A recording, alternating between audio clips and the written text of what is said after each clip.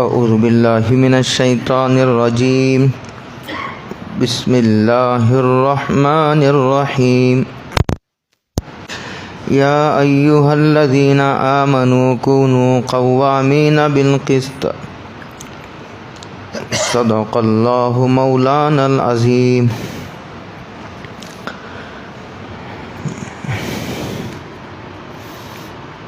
یہ 5واں پارہ ہے، سورہ نساء چل رہا ہے۔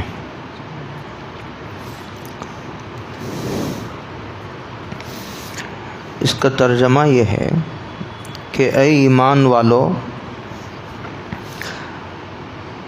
خوب انصاف کرنے والے بنو،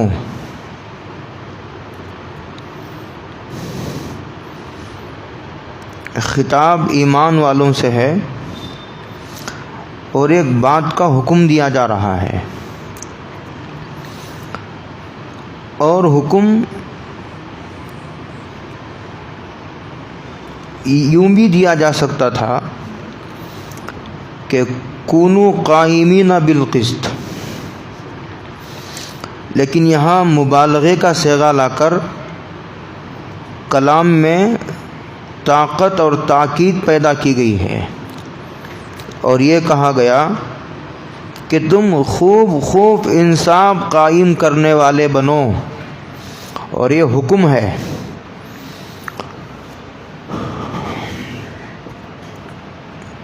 اور یہ حکم اللہ تعالیٰ کے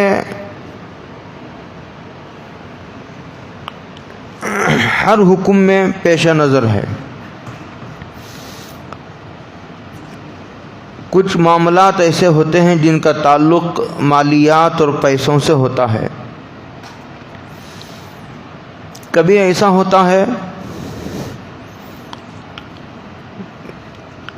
کہ وہ معاملہ رقم اور مالیات سے متعلق نہیں ہوتا، عہدوں سے متعلق ہوتا ہے کہ کون اس عہدے کا اہل ہے اور کون نہیں ہے۔ اور کبھی ایسا ہوتا ہے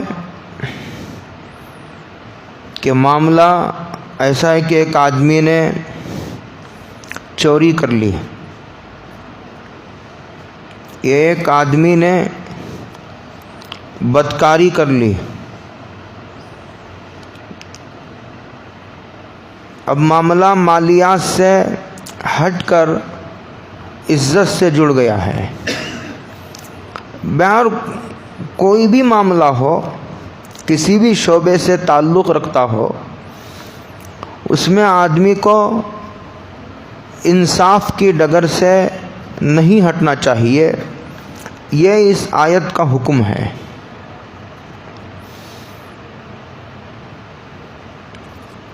آگے ایک لفظ اور ہے، شہداء للہ، تم خوب انصاف کرنے والے بنو اور اللہ کے لیے، اللہ کو راضی کرنے کے لیے گواہی دینے والے بنو۔ اس لیے کہ جو بات صحیح ہوتی ہے، سچ اور حق ہوتی ہے، وہی اللہ کی مرضی اور منشا ہے۔ گویا سچ بات کی طرفداری کرنا اور سچے آدمی کے فیور میں گفتگو کرنا، یہ گویا اللہ تعالیٰ کو راضی کرنے کے لیے گواہ بننے کے مترادف ہے۔ اس کی ایک اور تفسیر کی گئی ہے،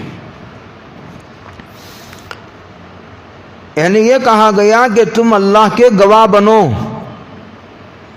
یعنی سچی گواہی دینے والا وہ زمین پر اللہ تعالیٰ کا گواہ ہے۔ گویا اس کی مقبولیت کی طرف اشارہ ہے۔ آپ دیکھیے احادیث ہیں،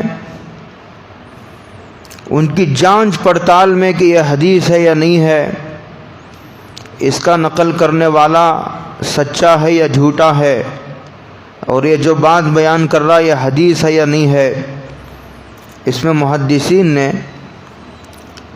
اتنا اونچا معیار رکھا ہے کہ شاید اسلام کے علاوہ کسی مذہب میں یہ فن بھی نہیں ہے، اتنا اونچا معیار بھی نہیں ہے۔ ایک باپ سے پوچھا گیا کہ فلاں مسجد میں، تابعین کا دور ہے، جب حدیثیں جمع کی جا رہی تھی کہ فلاں مسجد میں آپ کا بیٹا حدیثیں بیان کرتا ہے، تو انہیں فرمایا کہ اس سے حدیثیں مت لو، وہ حدیثیں بیان کرنے کے باب میں محتاط نہیں ہے۔ دیکھیے کیونکہ مسئلہ حدیثوں کی حفاظت کا تھا، اس لیے اللہ کے گواہ بن کر کے انہوں نے اپنے بیٹے کی عزت سے بالا تر ہو کر کے انہوں نے اپنے بیٹے کو غیر محتاط جھوٹا قرار دیا۔ ایک بیٹے سے پوچھا گیا کہ فلاں مسجد میں آپ کے والد حدیث بیان کرتے ہیں، ان کے بارے میں آپ کی کیا رائے ہے؟ تو انہوں نے کہا کہ ان سے حدیث مت لو، میرا باپ جھوٹا ہے۔ شہداء للہ، اتنا چونکہ مسئلہ یہ رشتہ داریوں کا نہیں ہے، مسئلہ انصاف کا ہے، مسئلہ سچ اور جھوٹ کا ہے، حق و باطل کا ہے۔ شہداء للہ، آگے فرمایا وَلَوْ عَلَىٰ أَنفُسِكُمْ، آدمی کوئی جرم کر بیٹھا اور یہ مقدمہ چلا گیا کورٹ میں،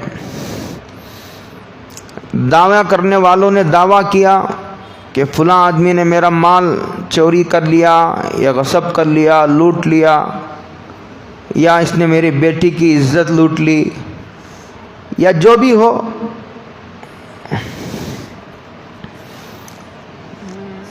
اب اس دعویٰ کرنے والے نے دلیل پیش کی۔ فیصلہ جو ہوتا ہے وہ گواہوں کی گواہی کی بنیاد پر ہوتا ہے، یہ بھی سمجھنے کی بات ہے۔ شہداء للہ کے ذیل میں مفسرین نے یہ بھی لکھا ہے، اس آدمی نے، انہوں نے ایک مقدمہ دائر کیا، ایف آئی آر درج کیا، یہ معاملہ عدالت میں پہنچا اور انہوں نے دلیل بھی پیش کی۔ اب وہ دلیل،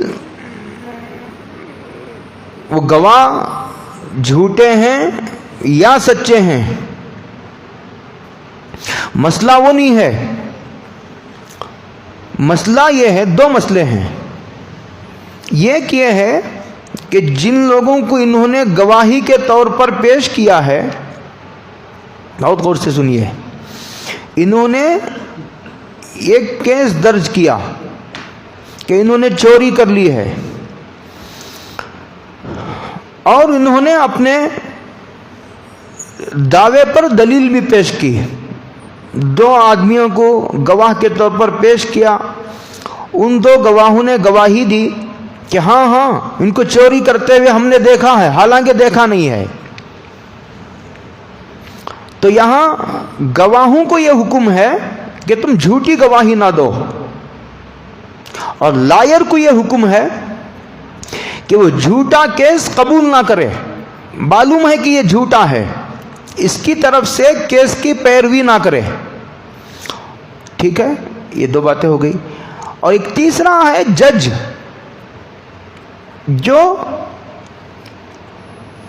دعوے کو اور دلیل کو سن کر فیصلہ کرے گا۔ دعویٰ کرنے والے نے دعویٰ کیا کہ اس نے چوری کی ہے، دلیل بھی پیش کر دی۔ جب دعوے پر دلیل پیش کر دی تو جج کا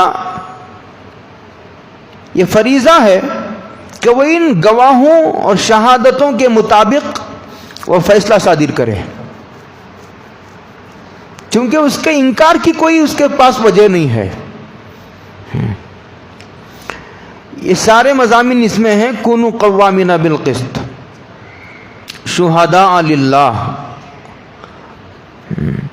شہداء للہ کا ایک تفسیر ایسے بھی ہو سکتی ہے کہ تم انصاف کو خوب قائم کرنے والا بنو، درحال کہ تمہیں یاد رہنا چاہیے گواہی دیتے وقت کہ تم اس وقت اللہ کے سامنے ہو، شہداء للہ. ہاں، شہید کہتے ہیں جو حاضر ہوتا ہے. قرآن مجید میں ہے من شہد منکم الشہر، جس نے رمضان کا چاند دیکھ لیا، شہیدہ. 3 تفسیریں ہو گئی. آگے کہتے ہیں کہ کبھی ایسا ہوتا ہے کہ میں نے کوئی غلطی کر دی، جرم کر دیا، یہ بات عدالت میں پہنچی، تو مجھے چاہیے کہ جس نے میری بات عدالت تک پہنچائی ہے، اگر اس نے دلیل فراہم کر دی اور اگر وہ صحیح بھی ہے تو مجھے اعتراف کر لینا چاہیے. اس کو کہتے ہیں وَلَوْ عَلَىٰ أَنفُسِكُمْ، چاہے تمہارے خلاف ہی پڑھیں، اگر بات صحیح ہے تو قبول کرنے میں کیا ہے، کیونکہ مسئلہ اصل میں صرف دنیا کا نہیں ہے، آخرت کا ہے. کبھی ایسا ہوتا ہے کہ والدین کے خلاف گواہی دینی پڑتی ہے، جیسے کہ میں نے بھی محدثین کی بات سنائی آپ کو. کبھی ایسا بھی ہوتا ہے اوِل والدین، والدین کے خلاف ہی کیوں نہ پڑھے، والاقربین، اور رشتہ داروں کے خلاف ہی کیوں نہ پڑھے. یہ مثال کے طور پر 3 کا ذکر کیا گیا ہے. اگر اپنے خلاف پڑھے تو اعتراف کر لیں، والدین کے خلاف ہی گواہی دینی پڑے تو آدمی کو انصاف کے راہ سے نہیں ہٹنا چاہیے. اور رشتہ دار، تینوں کا ذکر تمثیلاً کیا گیا ہے. اس کے علاوہ بھی ہو سکتے ہیں، کوئی ہمارا استاد ہے، کوئی ہمارا شیخ ہے، اور بھی ہے. آپ چلے جائیے کہ ہم جس کسی کے ماتحتی میں کام کر رہے ہیں، لیکن ان کی کوئی بات پہنچ گئی اور ہم نے دیکھ لی اور گواہ کے طور پر ہم کو پیش کیا گیا، تو ہم کو انصاف کی بات کرنی چاہیے.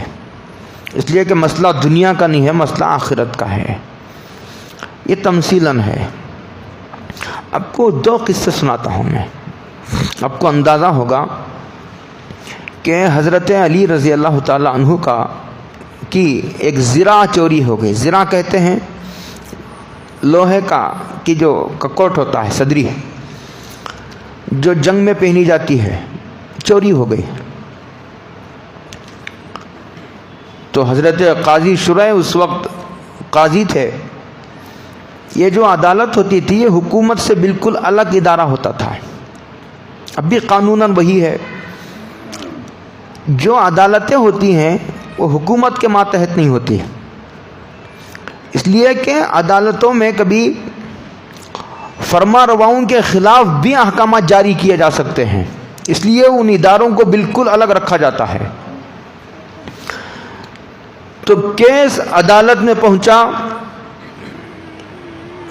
تو حضرت علی رضی اللہ تعالی عنہ سے دلیل مانگی گئی. آپ کہتے ہیں کہ فلاں یہودی نے میری زرہ چوری کر لی ہے، اس پر آپ کے پاس کیا دلیل ہے؟ تو انہوں نے اپنے غلام کو غالباً یا بیٹے کو کسی کو پیش کیا. تو قاضی نے یہ کہہ کر کے اس کو رد کر دیا کہ غلام کی گواہی آقا کے حق میں قبول نہیں کی جاتی. حالانکہ حضرت علی کا دعویٰ بھی صحیح تھا، وہ حق بجانب تھے، لیکن اسلامی اصول یہی ہے. تو قاضی شرح نے یہودی کے حق میں فیصلہ سنایا. تو اس بے لاگ اور منصفانہ فیصلے کو دیکھ کر یہودی نے اسلام قبول کیا. دوسری ایک نظیر مثال واقعہ، شاہ عبد العزیز صاحب رحمۃ اللہ علیہ کے ایک جلیل القدر شاگرد ہیں، کاندلہ کے رہنے والے، مفتی الہی بخش. آج بھی ان کے نام سے کتب خانہ ہے، قدیم کتب خانہ. بہت بڑے مفتی تھے، اور اس کے علاوہ اس پورے علاقے کے ایک متفق علیہ شخصیت تھے، سب کے درمیان مقبول اور قابل احترام، قابل قدر شخصیت تھی وہ. ایک زمین کا جھگڑا تھا. ہندو یہ کہتے تھے کہ یہ زمین ہندوؤں کی ہے، ہماری ہے. غیر مسلم یہ کہتے تھے. مسلمان یہ کہتے تھے کہ یہ زمین ہماری ہے. یہ کئی دنوں سے یہ مسئلہ چل رہا تھا.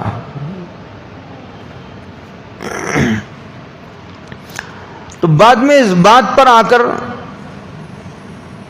بات رکی کہ مفتی الہی بخش رحمت اللہ علیہ جو بات کہیں ہم کو منظور ہے.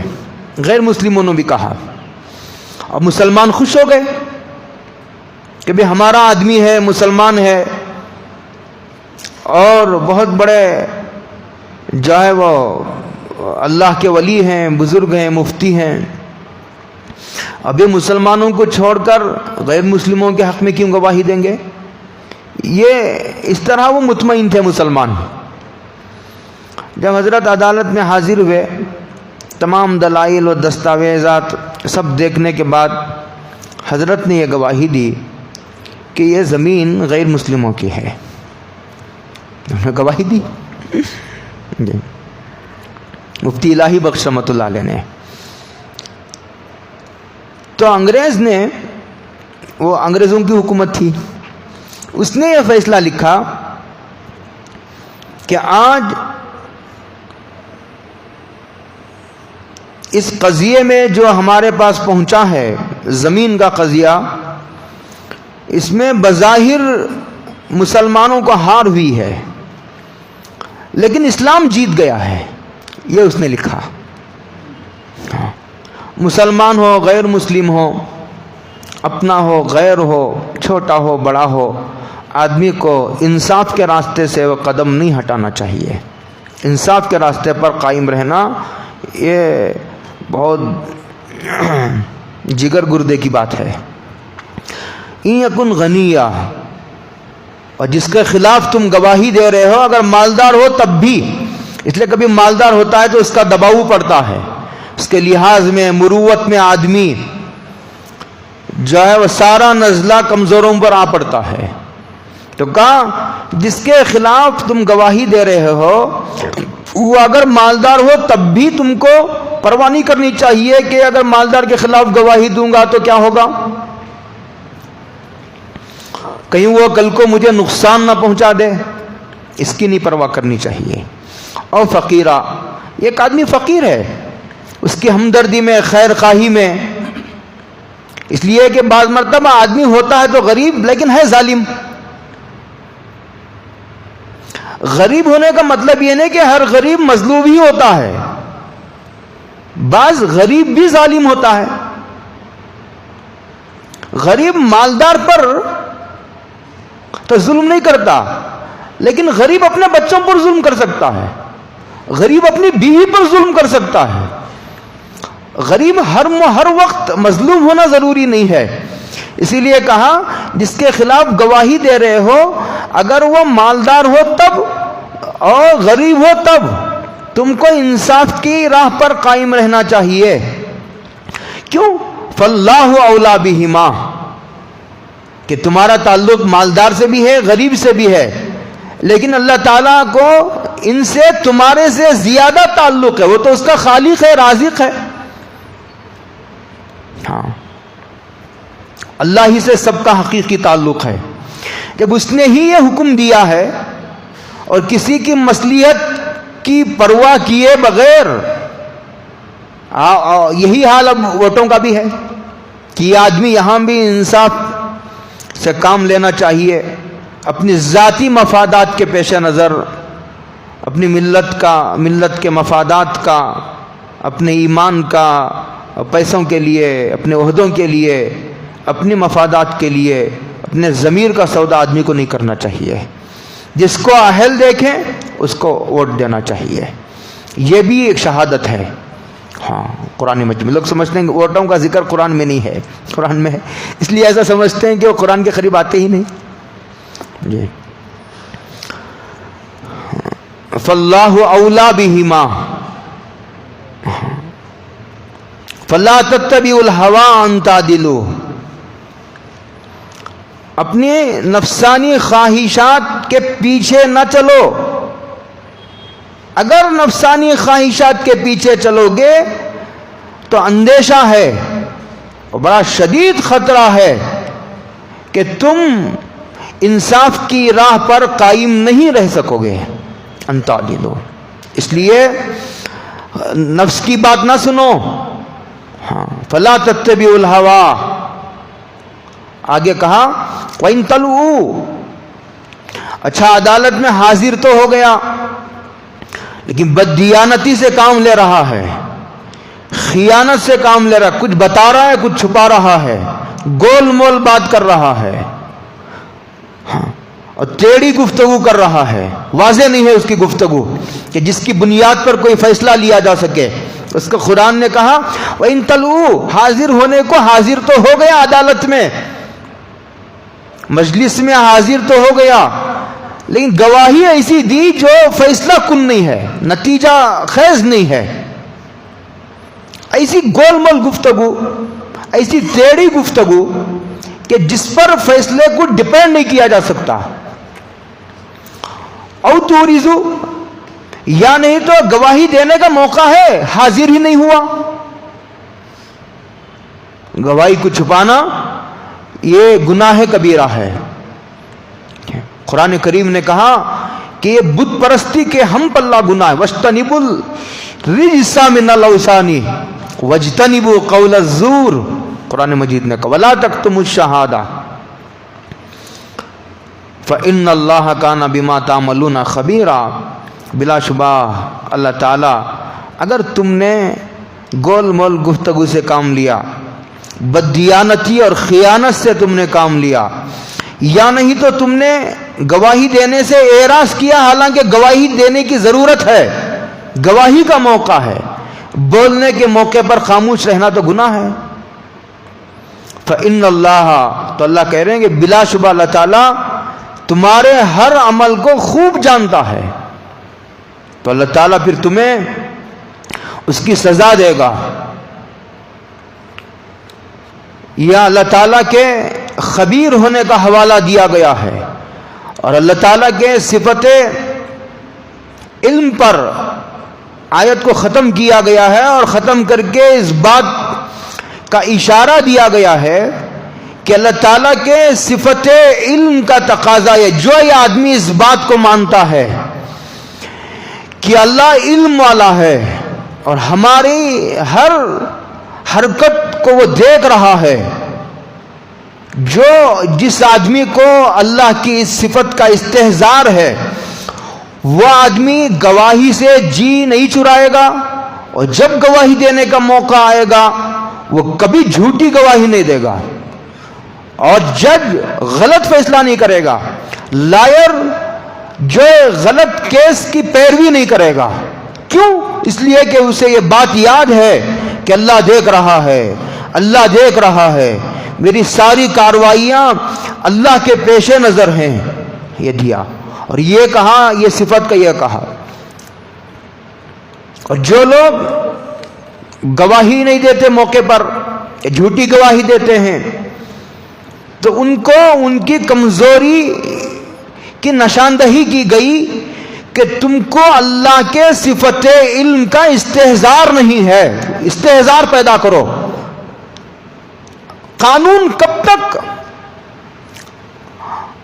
آدمی کو جرائم سے روکے گا؟ نظر آنے والے جرائم سے ہی روک سکتا ہے.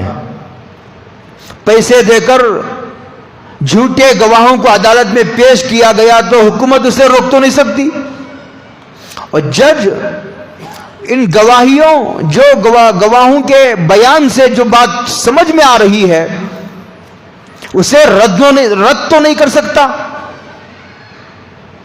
بند کمروں میں جو گناہ کیے جاتے ہیں قانون وہاں تک تو لاگو نہیں ہوتا. فَإِنَّ اللَّهَ كَانَ بِمَا تَعْمَلُونَ خَبِيرًا.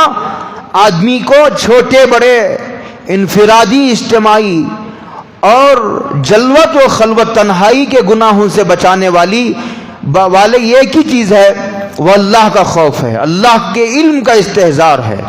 اس کی مثال ایسی سمجھو جیسے کیمرے لگا دیے جاتے ہیں دکان میں، کچھ بھی کرتا ہے تو وہ کیمرہ اسے محفوظ کر لیتا ہے۔ وہ 24 گھنٹے آدمی کیمرے کے سامنے ہے، اللہ کے علم کے سامنے، اللہ کے سامنے ہونے کا مطلب کیمرے کے سامنے ہے، اس کی ہر حرکت ریکارڈ ہو رہی ہے، اور قیامت میں اس کی زندگی کی فلم چلا دی جائے گی۔ تو ان اللہ کا بما تعملون خبیرا۔ آگے کہا یا ایھا الذین آمنوا، ایمان والو، آمنو باللہ، اے ایمان والو اللہ پر یقین کرو، اللہ پر ایمان لے آؤ، یعنی ایمان پر ثابت قدم رہو۔ ایمان والوں کو پھر ایمان لانے کا حکم دیا جا رہا ہے، گھبرانے کی ضرورت نہیں ہے۔ یہ کیا ہے؟ ایمان والوں کو ایمان لانے کا حکم دیا جا رہا ہے۔ حدیث پاک میں آتا ہے جددوا ایمانکم، اپنے ایمان کی تجدید کرتے رہا کرو، اس لیے کہ ایمان بھی بوسیدہ ہو جاتا ہے، جیسے کپڑا میلا ہو جاتا ہے، ایمان پر بھی میل آ جاتا ہے۔ اس لیے حضور نے فرمایا لا الہ الا اللہ کی کثرت کے ذریعے ایمان کی تجدید کرتے رہا کرو۔ کبھی ایسا بھی ہو جاتا ہے نادانستہ اور کبھی بے خبری میں ایسے جملے اور کلمات کبھی صادر ہو جاتے ہیں جو جناب باری میں بے ادبی اور گستاخی شمار کیے جاتے ہیں، تو اس سارا مضمون اس میں آ گیا ہے۔ اور دوسرا یا ایھا الذین آمنوا آمنوا باللہ، اے ایمان والو ایمان لے آؤ، یعنی ایمان پر ثابت قدم رہو۔ یہی لکھا غالباً قاضی بیضاوی نے، اس لیے کہ ایمان لانا نجات کے لیے کافی نہیں ہے، ایمان پر ثابت قدم رہتے ہوئے دنیا سے جانا ضروری ہے نجات کے لیے۔ اس لیے کہا جا رہا ایمان لے آئے، کہیں احکامات کو دیکھ کر ایمان لانے کی وجہ سے آنے والی مشکلات کو سے گھبرا کر کہ یہ کیا پابندیوں میں پھنس گیا، کہ کمانے میں پابندیاں، نماز کی پابندیاں، زکوٰۃ کی پابندیاں، حلال و حرام کی پابندیاں، پردے کی پابندیاں، نکاح میں پابندیاں، پابندیاں ہی پابندیاں، صبح سے لے کر شام تک یہ کر سکتے ہو یا نہیں کر سکتے، یہاں تک گنجائش ہے، اور اس کی جائے گنجائش نے اسلام کو یہ بات گوارا نہیں ہے۔ ہاں، اس لیے ثابت قدم رہو، یہ فرمایا۔ اور دوسرا یہ فرمایا کہ ایمان والوں کو ایمان لانے یعنی ایمان کو بڑھانے کا حکم دیا جا رہا ہے۔ اب آج جہاں ہو پھر آگے بڑھو، ہر لمحہ آگے بڑھتے چلے جاؤ، یہ مطلب ہے آمنو باللہ۔ بعضوں نے اس کا ایک اور جواب دیا ہے، وَإِذَا قِيلَ لَهُمْ آمِنُوا كَمَا آمَنَ النَّاسُ، الناس سے مراد صحابہ کی ذوات مقدسہ ہیں۔ ایمان لے آؤ، منافقین سے کہا گیا ایمان لے آؤ، ایسا ایمان لے آؤ جیسا صحابہ نے ایمان قبول کیا ہے۔ صحابہ نے جیسا ایمان قبول کیا ہے، انہوں نے وہ جیسے ایمان لے آئے ہیں، تم بھی ویسے ہی ایمان لے آؤ۔ منافقانہ طور پر نہیں کہ زبان سے تو کہتے ہو کہ ہم مومن ہیں، ایمان والے ہیں، اور دل میں نفاق چھپا ہوا ہے، ایسا نہیں۔ مخلصانہ طور پر ایمان کو قبول کرو، یؤمنون بالغیب، کہ جلوت میں بھی تم مومن ہو، خلوت میں تنہائیوں میں بھی تم مومن ہو۔ منافقین یہ کہتے تھے، سب کے سامنے کہتے تھے ہم ایمان والے ہیں، اور تنہائیوں میں جب اپنے گرو گنٹھال تھے ان سے جب ملتے تھے کہتے تھے ہم تو تمہارے ساتھ ہیں، مسلمانوں ہم تو مذاق اڑاتے ہیں، وہ ہم کو مسلمان سمجھ رہے ہیں اور ہم مسلمان ہیں، ہم تو تمہارے ساتھ ہیں۔ یہ ہے نفاق۔ کہ ایمان والو اللہ پر ایمان لے آؤ، اللہ کی ذات پر بھی ایمان لے آؤ کہ اللہ ہے، اور جو بھی ہے, جیسا بھی ہے, جہاں بھی ہے, وہ اپنی شان شان ہے. اور جو بھی ہے وہ جیسا بھی ہے, جہاں بھی ہے, وہ ایک ہے. وحدہ لا شریک لہ ہے.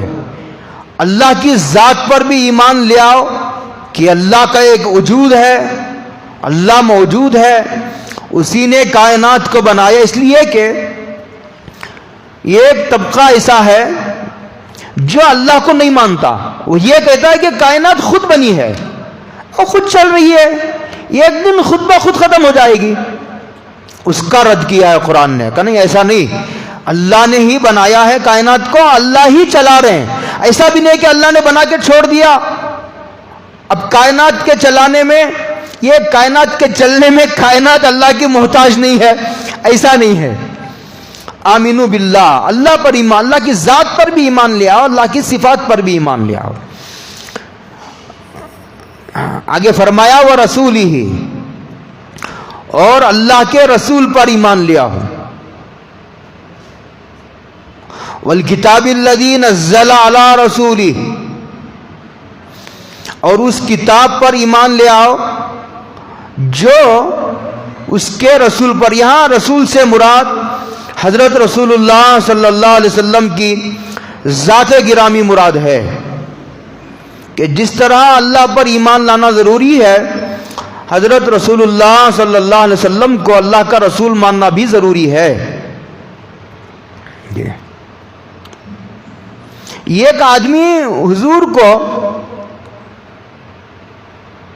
اس طور پر مانتا ہے کہ ان کی تعلیمات بہت اچھی ہیں, ماشاءاللہ, بہت پاکیزہ تعلیمات ہیں, بہت اونچے اخلاق ہیں, نبی کی حیثیت سے نہیں تسلیم کرتا, ان کی نبی ہونے کی حیثیت تسلیم نہیں ہے, تو وہ مسلمان نہیں ہے. بحیثیت نبی محمد جن کو کہا جاتا ہے, جو مکے میں پیدا ہوئے, ان کو بحیثیت رسول قبول کرنا ضروری ہے. یہ ہے قرآن کریم کا مطالبہ. والکتاب الذی نزل علی رسولہ, اور وہ کتاب جو محمد پر نازل ہوئی ہے صلی اللہ علیہ وسلم. عجیب اشارہ دیا قرآن نے, دیکھیے, والکتاب الذی, وہ کتاب قرآن مجید جو نازل کیا. کس نے نازل کیا؟ اللہ نے نازل کیا, اور رسول پر نازل کیا. جبریل بیچ میں پیغمبر تھے, وہ لا کر پہنچاتے تھے. اس کے لیے قرآن مجید کے نازل کرنے کا جب تذکرہ آیا تو لفظ استعمال کیا نزلہ. نزلہ کے معنی عربی میں آتے ہیں. یہ نزلہ کا لفظ والکتاب الذی جو پہلے آیا ہے, اس بات کو متعین کر رہا ہے کہ یہاں الکتاب سے مراد قرآن مجید ہے. اس لیے کہ قرآن مجید ہی ایک ایسی واحد کتاب ہے جو تھوڑا تھوڑا کر کے نازل ہوئی ہے. اور نزلہ کے معنی عربی میں تھوڑا تھوڑا کر کے نازل کرنے کو کہتے ہیں. قرآن مجید کی اس آیت کا مفہوم بھی متعین ہو گیا جس میں آیا ہے انا نحن نزلنا الذکر, کہ تحقیق کے ہم نے ہی الذکر کو نازل کیا ہے. الذکر سے مراد کیا؟ نزلنا کا لفظ الذکر کے مفہوم کو متعین کر رہا ہے. کہا کہ نزلنا الذکر. یہ ایک عیسائی نے کہا کہ یہاں انجیل کا ذکر ہے, الذکر سے مراد انجیل ہے. تو حضرت قاسم صاحب نانوتوی رحمۃ اللہ علیہ نے کہا نہیں, ایسا نہیں ہو سکتا, اس لیے کہ انجیل کو بیک وقت حضرت عیسیٰ کو دے دی گئی تھی, تھوڑا تھوڑا کر کے نازل نہیں کیا گیا. قرآن مجید 23 سالہ عرصے میں نازل کیا گیا, موقع بموقع نازل کیا گیا. تو کہا یہاں لفظ آیا ہے نزلنا, انا نحن نزلنا الذکر. نزلنا کا لفظ بتاتا ہے کہ ذکر سے مراد قرآن مجید ہے.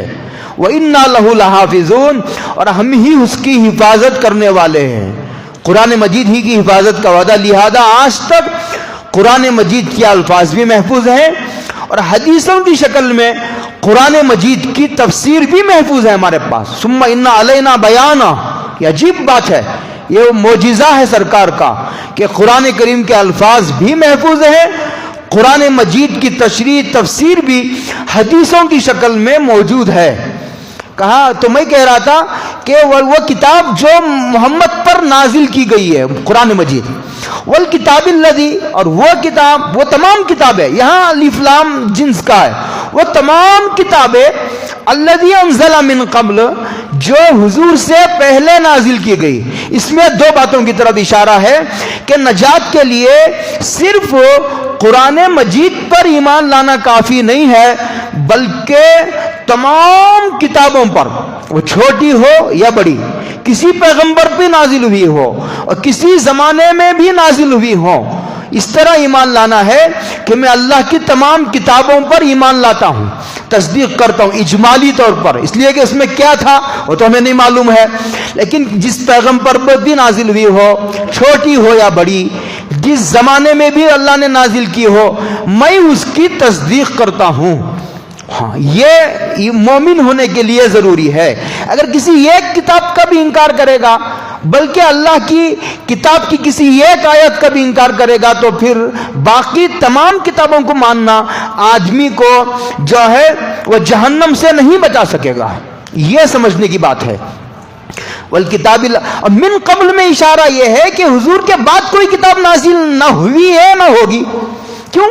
من قبل ہے، والذی، تو وہ تمام کتابیں جو حضور سے پہلے نازل ہوئی، من قبل، من بعد کا سوال ہی نہیں پیدا ہوتا، اس لیے کہ سرکار آخری نبی ہیں، اس میں ختم نبوت کی طرف اشارہ ہے، اور حضور کو نبی ماننا بھی ضروری ہے، حضور کو آخری نبی ماننا بھی ضروری ہے۔ ایک آدمی حضور کو نبی نہیں مانتا وہ بھی کافر ہے، ایک آدمی حضور کو نبی تو مانتا ہے لیکن حضور کو آخری نبی نہیں مانتا اور یہ کہتا ہے کہ حضور کے بعد بھی نبی آ سکتا ہے، تو وہ کافر ہے۔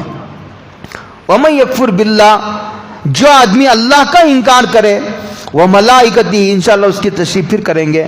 اتنی بات آج کافی ہے چونکہ آج ہی تفسیر شروع ہوئی ہے۔ اللہ تعالیٰ عمل کی توفیق عطا فرمائے۔ وآخر دعوانا الحمدللہ۔